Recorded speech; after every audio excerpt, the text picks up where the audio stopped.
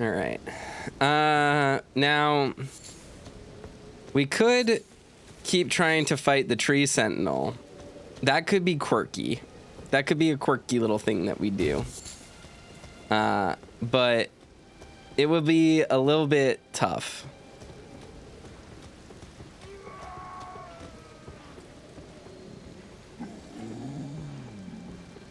Man, I'm gonna turn my game volume up. I always do my game volume. I balance it for my IEMs, but I have not really, I've been having issues with my IEMs. In the middle of recording Password, I actually had to unplug them and grab my headphones, my over-ears from my closet because unfortunately, honestly, I might actually be able to do this now. Because unfortunately, my IEMs are having this issue where they, the left ear stops working because they're planar magnetic, and the magnet gets stuck to the driver. Oh fuck, I meant to dodge that. That's fine.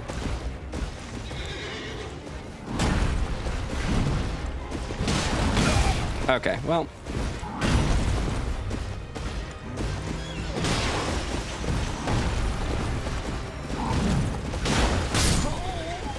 That didn't work.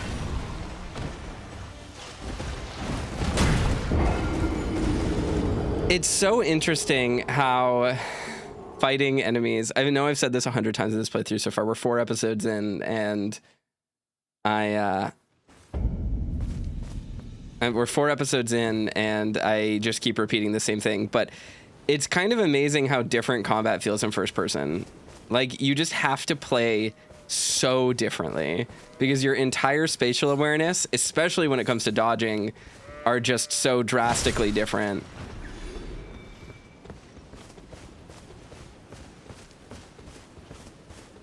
Seeing the clipping on Tree Boy is dreadful omen for Radon. I've watched Radon. He seems fine. But yes, we are only going to see Skinny Horse. That is true. Gamer and Stuff says, what kind of IEM do I use? I use Moondrop Arias. And they're fine. I like that when I wear them, I feel like the game is in my brain. But, you know, it is what it is. All right, so one thing I am going to do is I'm going to sit here. Pass the time to nightfall.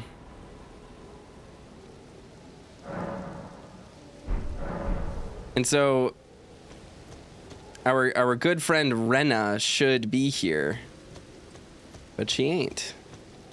So what we are going to do is teleport here.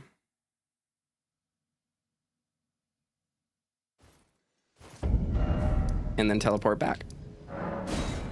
And see if that resets the area and spawns her. This way, Tarnished. There we go. May I have a word? Look at this effect. This wasn't here before. The whole area is icy because of her presence. That's cool.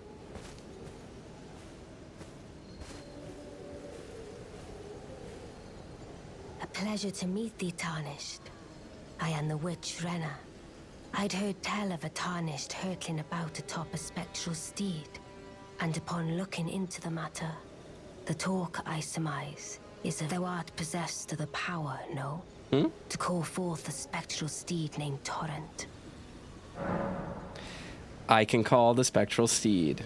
Ah, as I had hoped, I was entrusted this for thee by Torrent's former master. Spirit calling bell.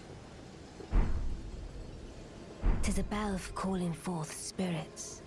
Summon them with it. From ash and return to the Erdtree, the spirits will obey thine command but briefly, as they recall battles past. Now it is thine, to do with as thou wishest.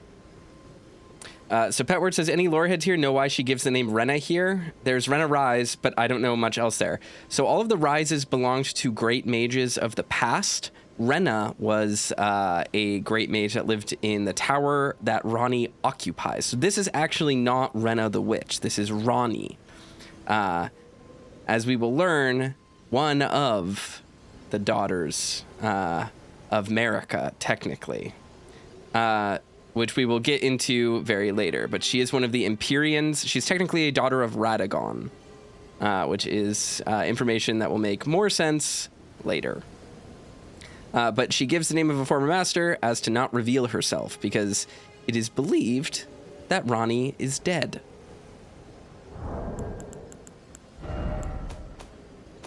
So, one thing I want to do here is, Petward or Willem said, I feel there's a fisheye lens effect going on.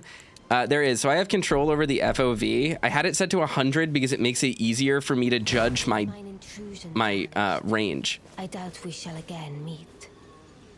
But all the same, learn well the lands between. How long will it be, I wonder, before the tarnished tire of obeisance to the two fingers? So cool. So Rena was just a mage scion of the Karyas. That makes sense. She wasn't, actually, I believe. She is a witch of her own styling, I believe, that kind of took Ranni under her wing.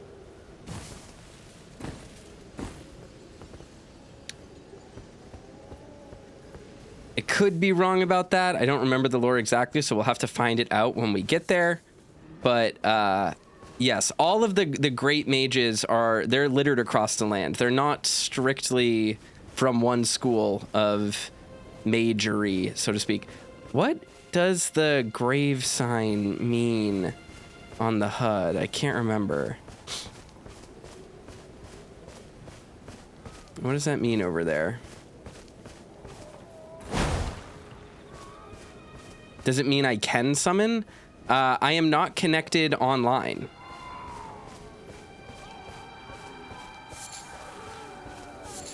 Oh, spirit ashes. Gotcha. Correct. Okay, got it. That's what it is.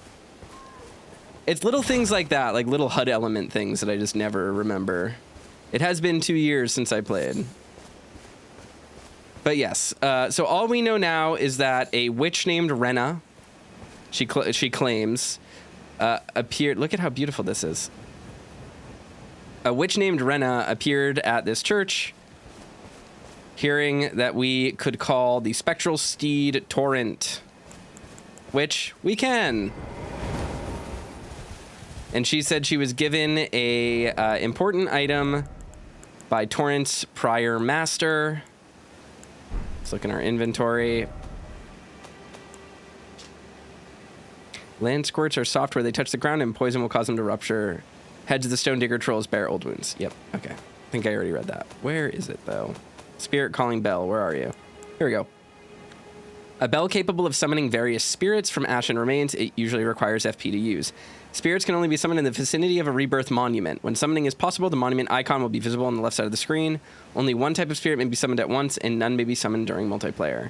So this bell, clearly important, can be used to summon spirits. How this relates to Torrent's prior owner, whether that was Melina or someone else, is yet to be determined.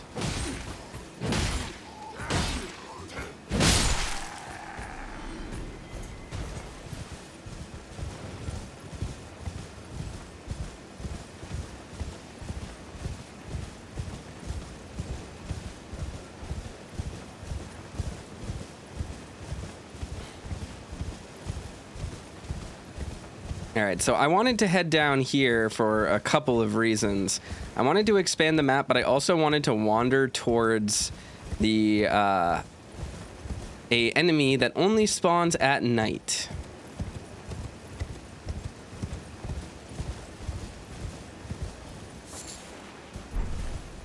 Weird.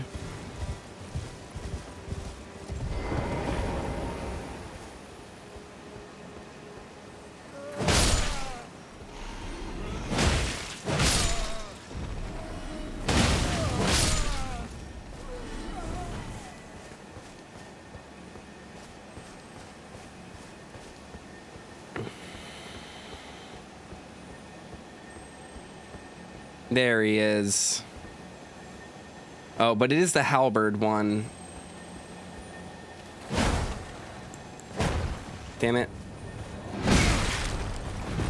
I wanted to get the guy.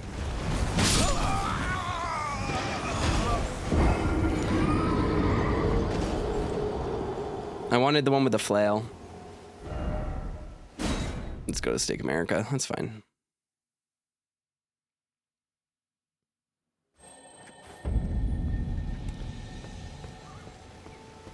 Oh, the dismounter is here during the day.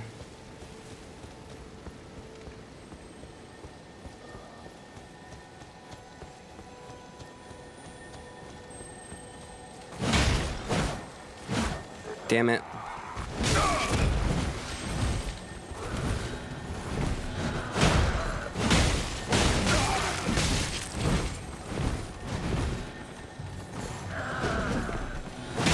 There we go.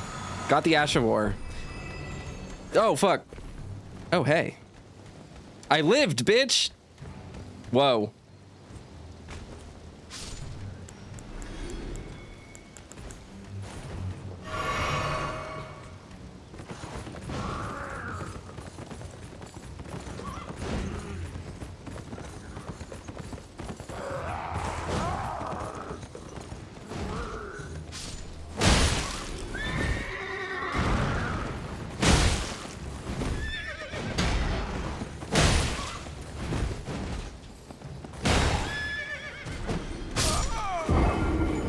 Well, it was a valiant effort.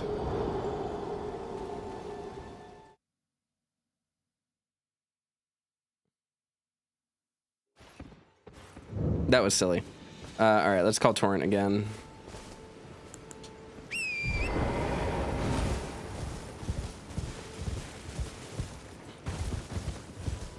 So Knight Rider Cavalry probably isn't gonna do it for me right there because I don't really want to use his glaive.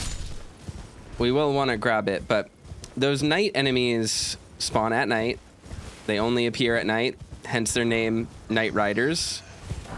They will appear on the roads and police them as you wander around at night. In general, I like to travel by night in this game because you can encounter a lot of special enemies that way.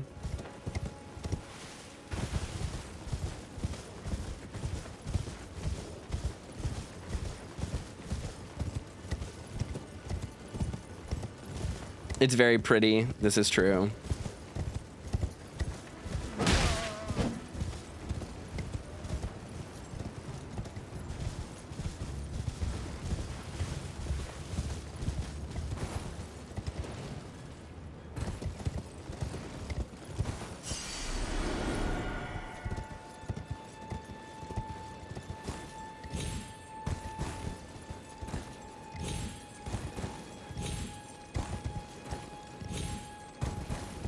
Can I make it over there is the question. I definitely cannot. Can I make it over here? Whoop! Nope.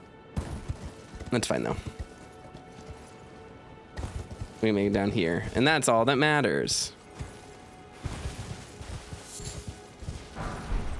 Fire grease.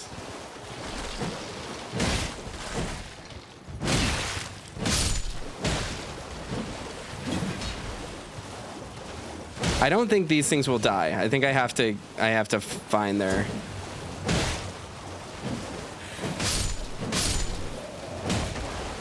Yeah, they don't die. Okay.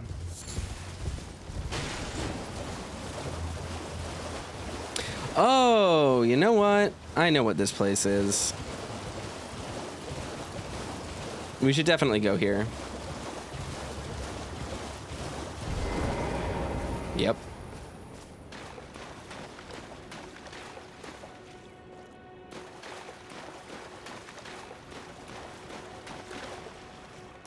Bloody Finger Naragus.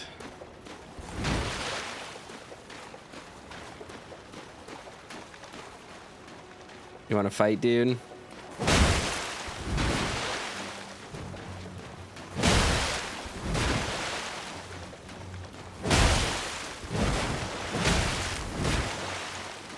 Bloody Finger Hunter Yora. Bloody Finger. Narius. The end is nigh. And Justice blood.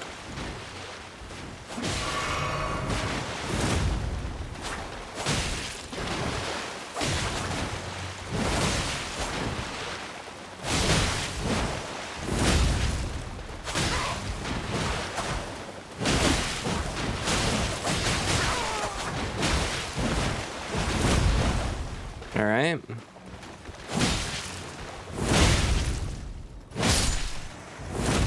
Got him. Reduvia. Yay. We have our first dex weapon, which means we can probably start upgrading dex. Don't you just have to whack the bone piles on the skeletons to kill them? I think this is something you can do, but I don't know. I don't remember how it works. We'll have to experiment with it.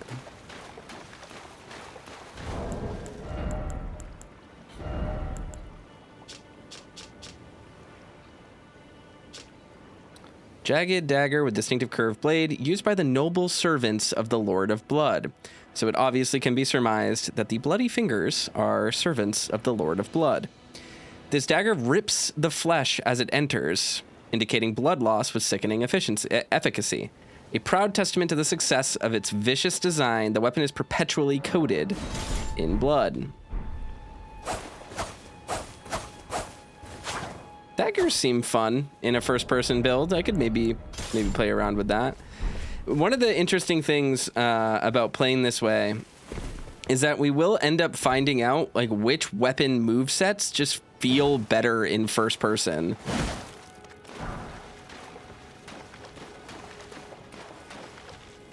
Because my guess is there are definitely going to be weapons that would be really cool that just feel bad because the perspective is so different on them that you're just like not going to be able to see. Perfumer run. I really, really, really want to play a perfumer. The issue is just the limited supplies. All right. Sit at the site of grace. Yeah, great shields might be hard because of how they block vision.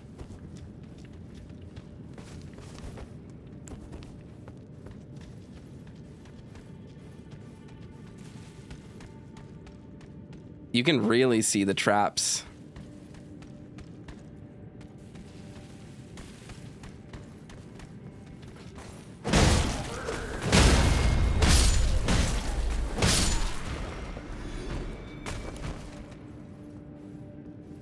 Bloodhound sword with the spins. Well, I mean, the thing is it's going to lock our camera moving forward, so it shouldn't be too bad.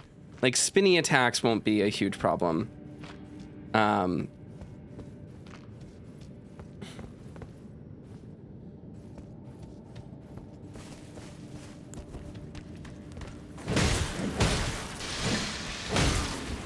Oh, God.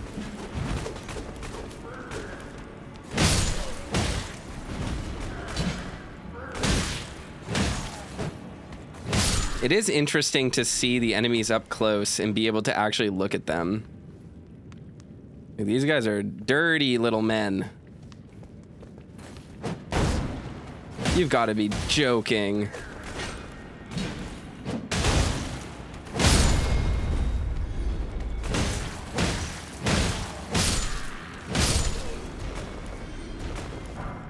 Ooh, we got a dagger. Okay, that's actually exciting.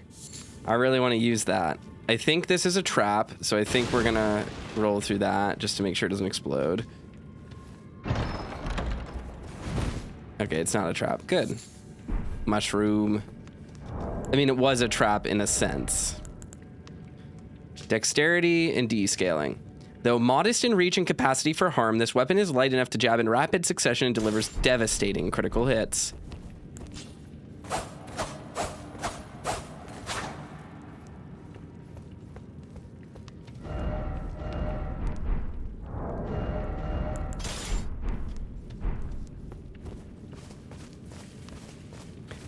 I do like how much first person makes having a torch like feel really valuable.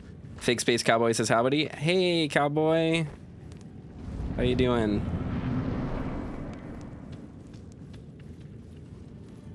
All right. Come down. Get down, you dingus. I know you're up there. Well, well, well. Thought you'd just help yourself to a man's personal belongings. My favorite. You scheming little thief. The gods demand repentance. Cough up your coin. All of it. My favorite thing about Patches is that he is trusty, just not in the way that you inherently believe, right? People think that when someone is trustworthy, that means you must like be able to trust them with your life. But that is not what trustworthiness necessarily means. Trustworthiness means behaving in a reliable manner. You can trust Patches will scam you. So it's a clever little bit of characterization to call him this and then have him be the little rat man that he is. Wait, please. I surrender. White flag and all.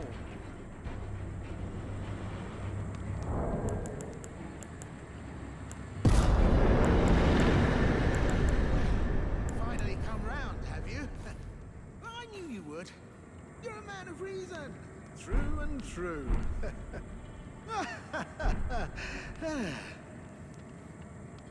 I like him in all the games. Pet Word says he's got a bit more texture. See, I think Patches has always been like one of the most interesting characters, especially in the Dark Souls series, where he is the character that, along with Andre, lives the longest because he has the most reliable job. Like, that's why they last as long as they last into Dark Souls 3. They don't come back just for fun cameos. They come back because they're some of the few characters who has eked out an existence with souls, which is cool. That's a cool thing to do.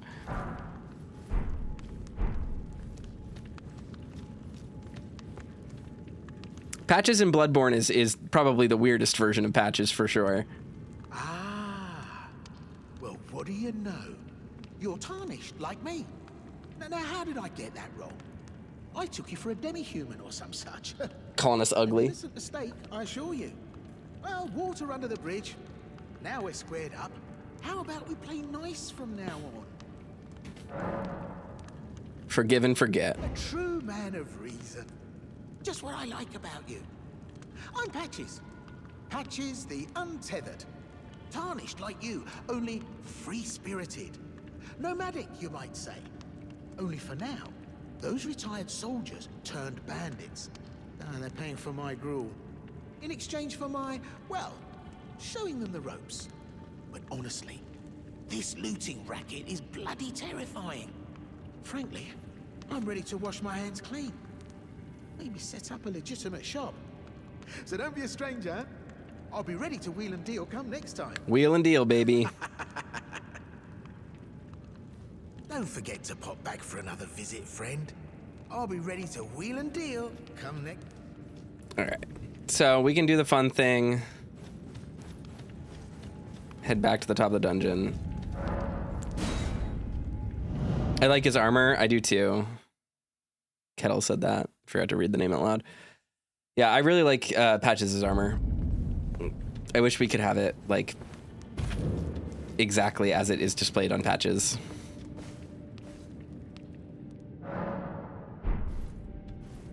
So now if we go down here, I can't remember if he is a merchant here or if he shows up as a merchant elsewhere.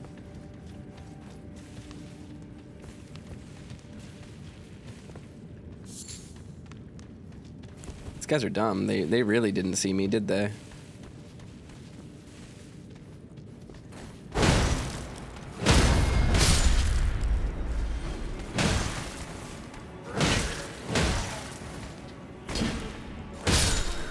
I saw that there was a mod that was suggested to be used with this mod that changes the roll animation to the Sekiro dash animation.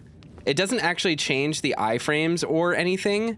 It just changes the actual animation for it.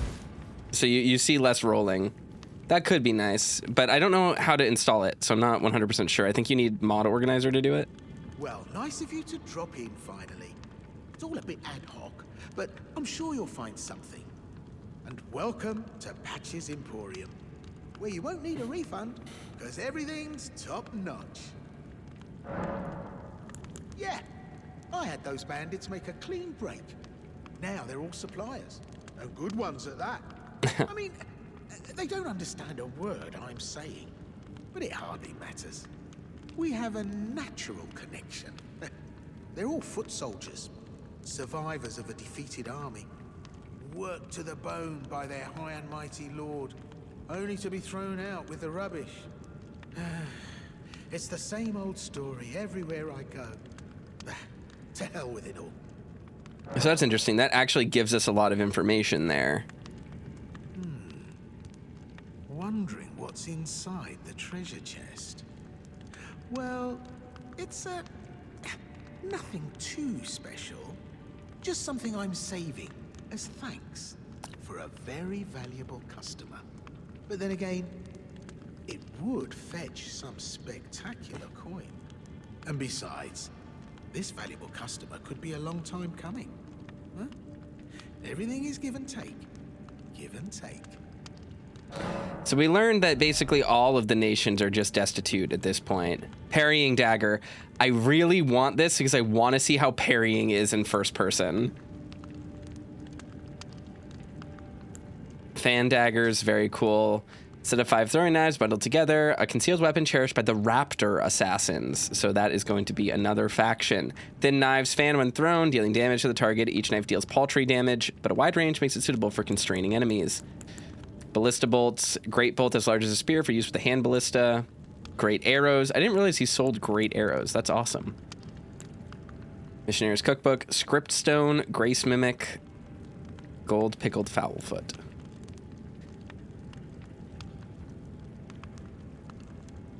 Fetish indicating the guidance of grace, craftable item. Similar to grace, this fetish draws rays guiding the way, only without any sense of order. Useful as a last resort for those who have lost their way, or for use by those who believe the unrefined guidance will lead to truer encounters. I kind of want to buy the parrying knife. Sacrificial twig. Talisman fashioned from a dried twig so slender that it might snap at the slightest touch. Prevents rune loss upon death, but it will be lost itself in exchange. Believed to be a twig pruned from the Erd tree long, long ago. We need 14 decks, so this might be fun to grab. A knife with curved hand guards, designed to parry, turning foes' attacks against them. For masters of combat who anticipate every enemy strike and counter accordingly, this weapon is all they need. Shall we? Cheers for that.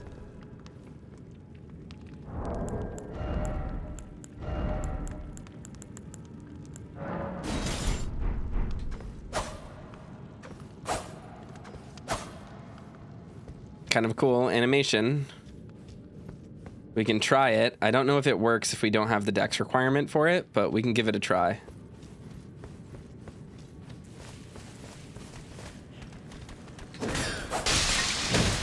Oh, they threw poison at me? Alright. It's so hard to aim. It's so hard to figure this out in first person. There we go. This could be good. Parrying dagger could be good. That could be this could be a fun build.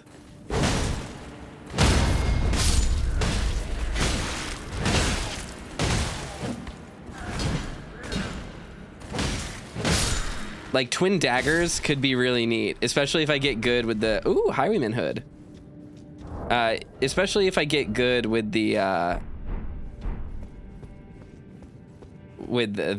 parrying dagger in first person. Could be really fun.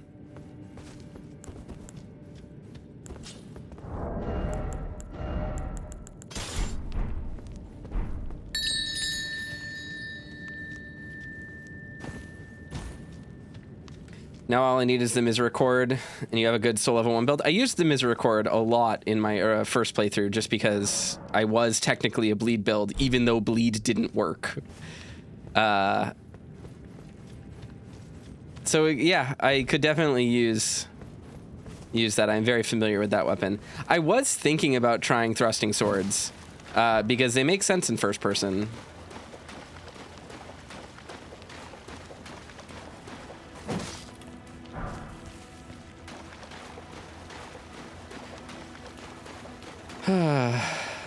Let's go see.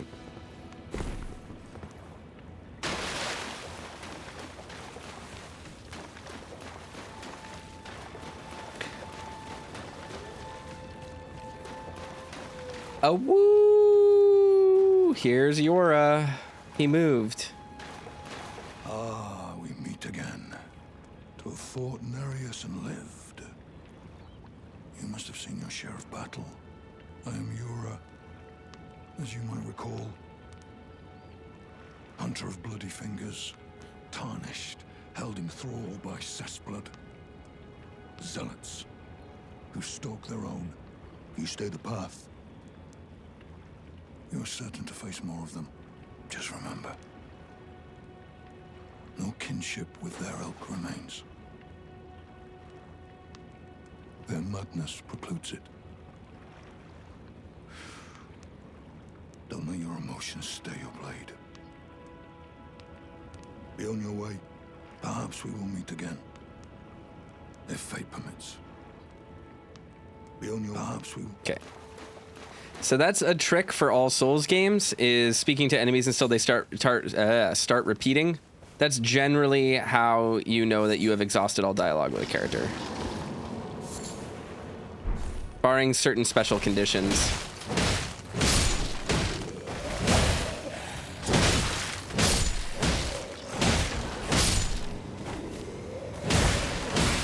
There we go.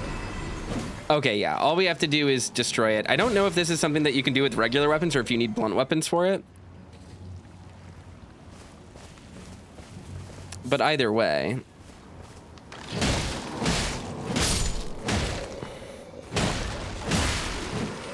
Drop your spears, goddammit.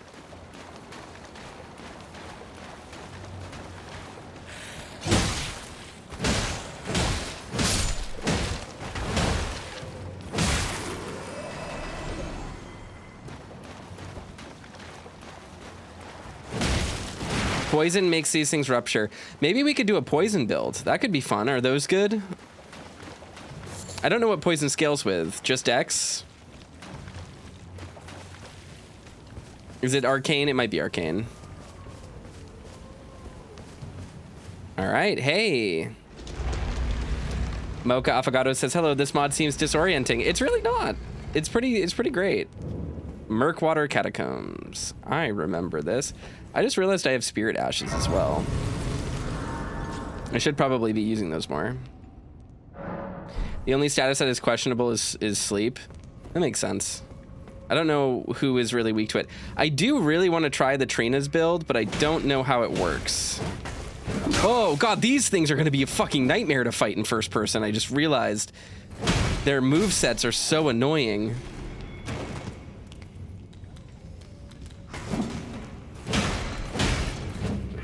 Oh god. It's interesting how much more valuable the just raw backstep feels. Ah! I should have known. I need to have much better situational awareness.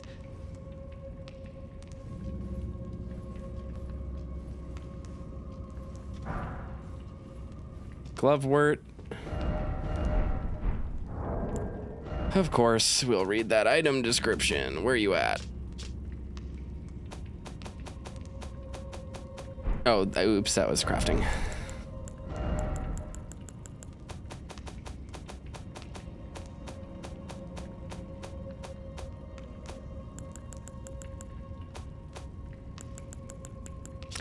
Trina's Lily. Oh, Glovewort isn't a... There we go. Oh yeah, it's a crafting item.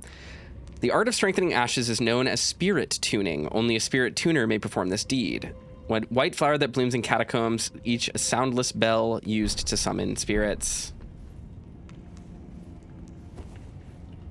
The black knife assassins are going to be hard. Yeah, I could definitely see them being annoying. Ouch! I didn't realize they were throwing stuff. That was silly.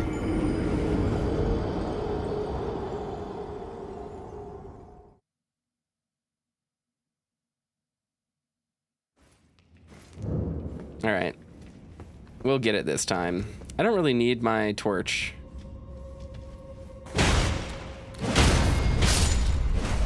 Thank God. Honestly, starting as a wretch is really nice because you have a blunt weapon to start with. And you have such good stagger potential.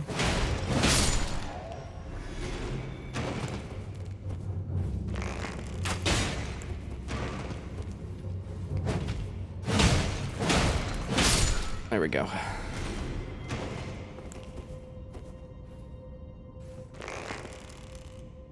Let's do it. You gotta be joking. You gotta be joshing me right now.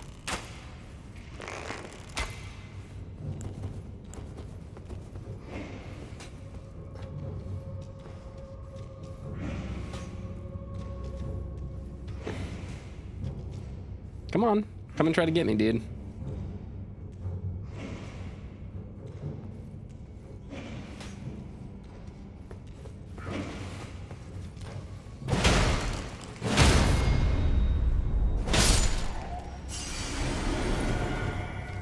I don't remember what that trap does.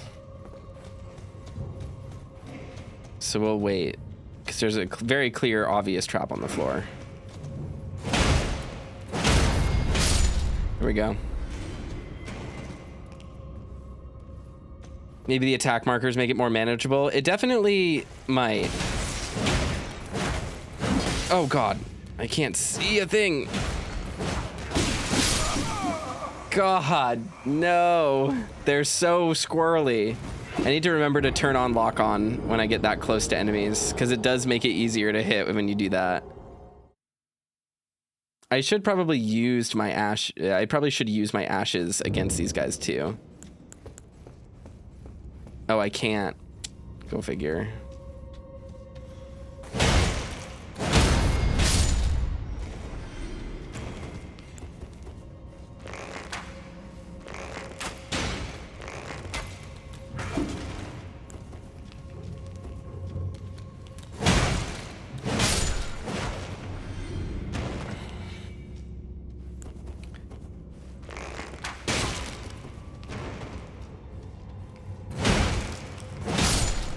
Affogato says the fact that the imps do bleed makes them brutal for the early game. It definitely does. It makes them a lot harder.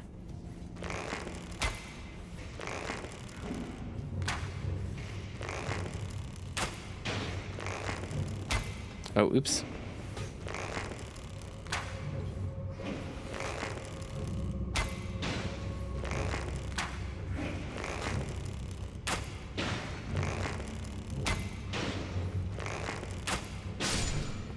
Oh, I'm out of long range ammo. Oh well. Save ourselves the what the? Oh, okay. Interesting.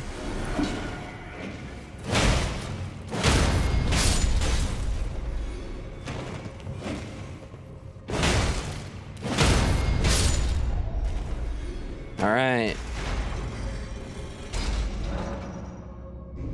Somewhere a heavy door has opened. Oh, I just have a knife sticking out of my hand, sticking into my hand. Well, that hurts. It'll despawn eventually.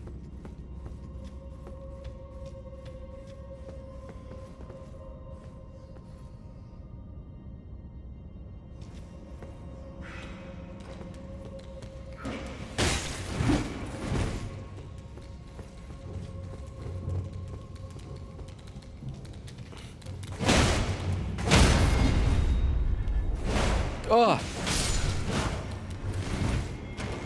Come on.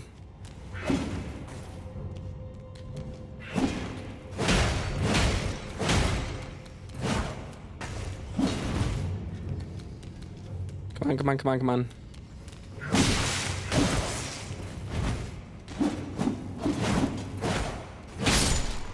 Judging a distance is so hard in first person. That is the biggest thing to get past. Because like weapon readability is definitely designed for third person. Obviously, it's a third person game. So this is like the big weakness of the first person mod. But I do like how it changes how you approach combat. Like I really enjoy how different the game feels this way. Oh. This guy.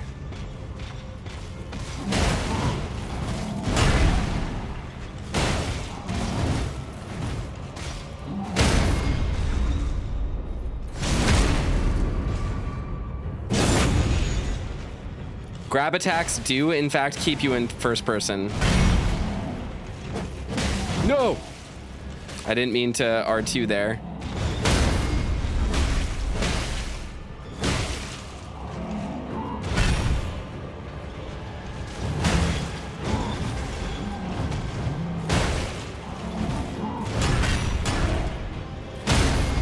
Did I just no-hit this guy? I think I did. Not anymore. There we go. That was pretty good. I got hit once. Banished Knight Engval. Oh, yay! We got another summon.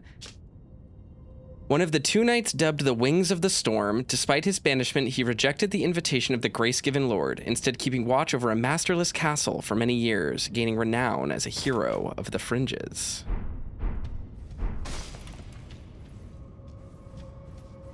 So this is what I was talking about a while ago when I mentioned that people are buried at the roots of these great trees in hopes that it will bring their souls back to the Erd tree. This is also where corpse wax is going to be used and seen most frequently. This is a resource that is very important in the Lands Between, used to seal and create weaponry and do all sorts of different stuff.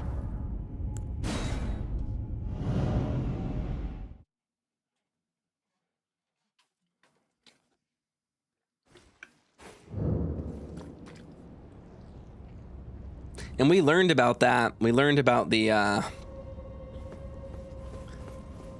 roots of the Great Tree being connected to the Erd Tree a little bit earlier in a different item description.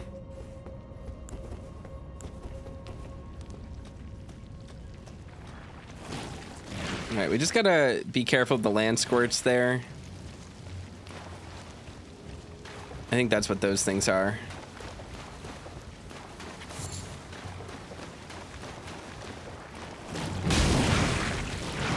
Fire does okay damage to them, but... Ooh. Hello. I don't remember you being here. Are you only here at night?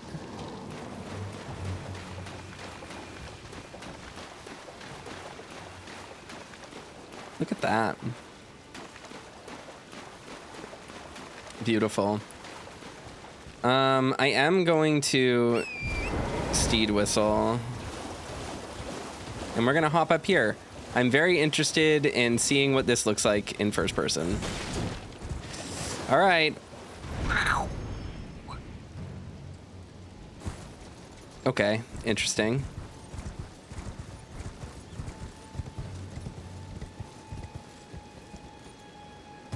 So that's the intended way down from that way.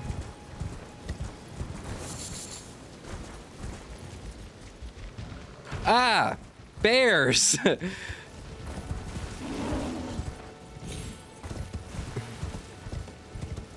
Ooh.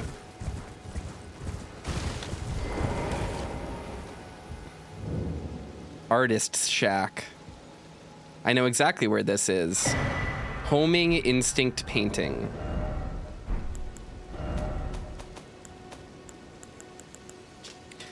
Work of a wandering artist, reminiscent of a painting titled Homing Instinct. The painter is said to have captured the landscape scene during the last moments of those welcomed into death's embrace. The soul of the painter and vestiges of the dead last moments can be discovered by visiting the location depicted, even now. So we know exactly where that is, and we will definitely want to go back there because we found that location very, very recently in the playthrough. So let's use this as an opportunity to touch some grace.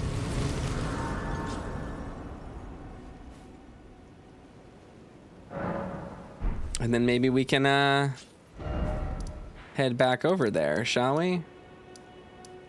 Because it should be, I believe, over here somewhere.